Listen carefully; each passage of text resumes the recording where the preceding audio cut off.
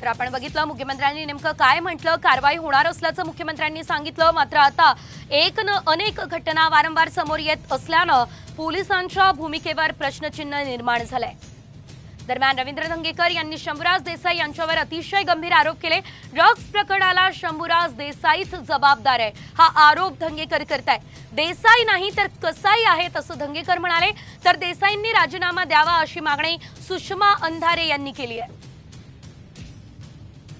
या ठिकाणी भारतीय जनता पार्टीचे आमदार त्यांचं ऑफिस आहे आणि त्याच्या ऑफिसच्या बाजूला या पद्धतीने सगळे व्यवहार चालतात। जे या खात्याचे मंत्री शंभूराजे देसाई यांची याच्यामध्ये दोष आहेत आणि हे दोष यांनी मिटवले पाहिजेत। आणि आज पुणे शहरामध्ये जे विद्येचं माहेरघर आहे ह्याला काळिंबा फासण्याचं काम हे पुणे शहर पोलिसांच्या हप्तेखोरीमुळे चाललेलं आहे। जर एवढं प्रकरण होऊन सुद्धा राजपूत साहेबांना पाठीशी घालत असतील ते देसाई आणणं का कसाई हे म्हणण्याची वेळ आज पुणेकरांना आली।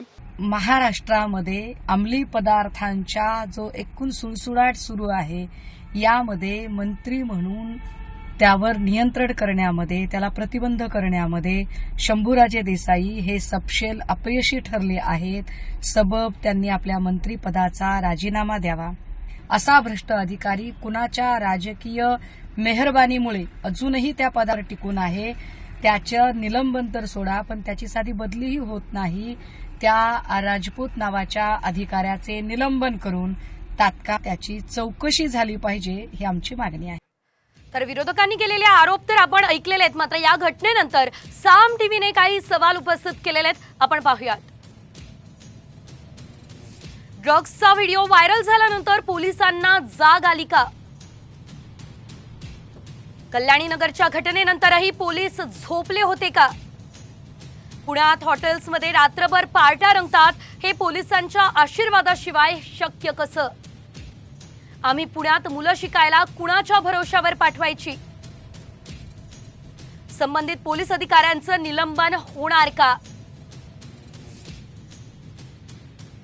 तर आपण बघतोय हॉटेलचं सीसीटीव्ही फुटेज जे आहे ते आता पोलिसांच्या ताब्यात आहे। पुण्याच्या एफसी रोडवरील हा धक्कादायक प्रकार असल्याचं आपण बघतोय। या हॉटेलच्या बाथरूम मध्ये कशा प्रकारे ड्रग्ज घेतले जात आहे हे सुद्धा आपण या दृश्यांमध्ये पाहू शकतोय। मात्र साम टीव्हीच्या बातमीचा मोठा इम्पॅक्ट झालेला आहे, कारवाई आता केली जाते।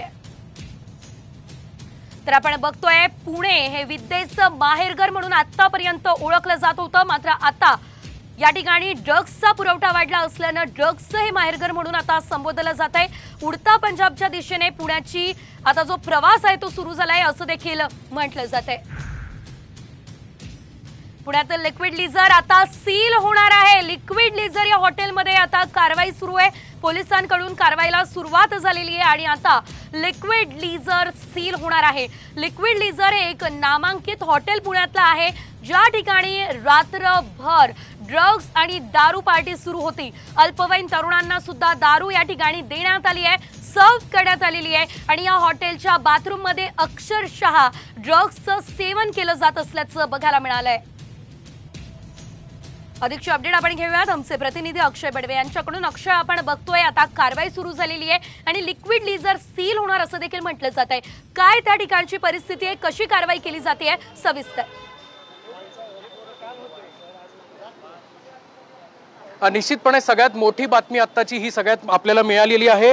राज्य उत्पादन शुल्क विभागाकडनं हे जे लिक्विड लीजर लाऊंज जे आहे ते सील करण्यात येणार आहे। राज्य उत्पादन शुल्काचे अधिकारी जे आहेत ते या ठिकाणी दाखल झालेले आहेत। या ठिकाणचे जी सीसीटीव्ही आहे याची पडताळणी पुणे पोलिसांनी केलेली असून पार्टी जी आहे ती इथेच झाल्याचं निष्पन्न झालेलं आहे। त्यामुळे सीसीटीव्ही मधनं एक मोठी माहिती पुणे पोलिसांना मिळालेली आहे की ड्रग्सचं सेवन केलं जात होतं ते याच हॉटेलमध्ये केलं जात होतं। त्यामुळे आता पुणे पोलिसांनी कारवाईचा बडगा उगारलेला आहे आणि आता काहीच वेळामध्ये हे लिक्विड लीजर लाऊंज जे आहे ते आता सील करण्यात येईल। इथली साऊंड सिस्टीम जी आहे, जे लाईट सिस्टीम आहे ती देखील पोलिसांनी जप्त केलेली आहे। 2 जणांना सुद्धा या ठिकाणाहून ताब्यात घेण्यात आलेलं आहे। त्यांची चौकशी आता शिवाजीनगर पोलिसांकडून सुरू आहे। मात्र आत्ताची सगळ्यात मोठी अपडेट मानावी लागेल की हे हॉटेल आता काही वेळामध्ये सील करण्यात येणार आहे। पहाटे 3 वाजेपर्यंत या ठिकाणी काल रात्रीपासून सुरू झालेली पार्टी जी आहे ती आज पहाटे 3 वाजेपर्यंत सुरू होते आणि याच हॉटेलच्या बाथरूम मध्ये चक्क काही तरुण जे आहेत ते ड्रग्ज सेवन करतानाचे व्हिडिओ जे आहेत ते सोशल मीडियावर व्हायरल झाले होते आणि त्यानंतर आता पुणे पोलीस असतील किंवा गुन्हे शाखेचे जे टीम आहे ती या ठिकाणी दाखल झालेली आहे आणि काहीच वेळात हे लिक्विड लीजर लाऊंज जे आहे ते सील करण्यात येणार आहे। निश्चितच अक्षय, मात्र या संदर्भात पोलिसांकडून काही माहिती मिळालेली आहे का? ड्रग्सचा पुरवठा नेमका कुठून झाला होता या संदर्भात काही कळतंय का?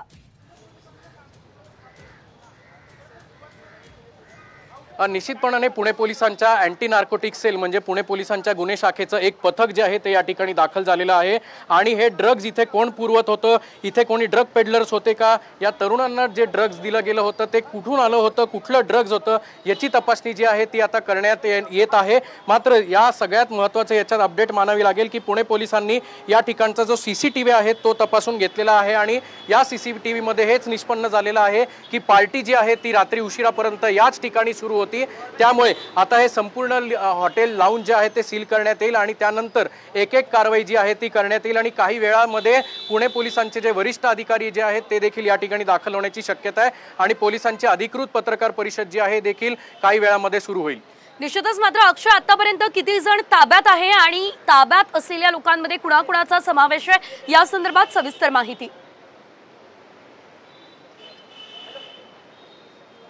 निश्चितपणाने लिक्विड लीजर लाऊंज हे पुण्यातील FC रोडवर एक नामांकित रेस्टॉरंट आहे जिथे काल रात्री पार्टी सुरू होती। या ठिकाणचे जे मॅनेजर आहेत आणि एक कर्मचारी जो आहे जो या ठिकाणी रात्री कार्यरत होता त्याला पुणे पोलिसांनी ताब्यात घेतलेला असून शिवाजीनगर पोलीस ठाण्यात त्यांची चौकशी करण्यात येते आहे। एक मॅनेजर आणि एक कर्मचारी जो या पार्टीमध्ये रात्री होता। निश्चितच धन्यवाद अक्षय दिलेल्या या सर्व अपडेटसाठी।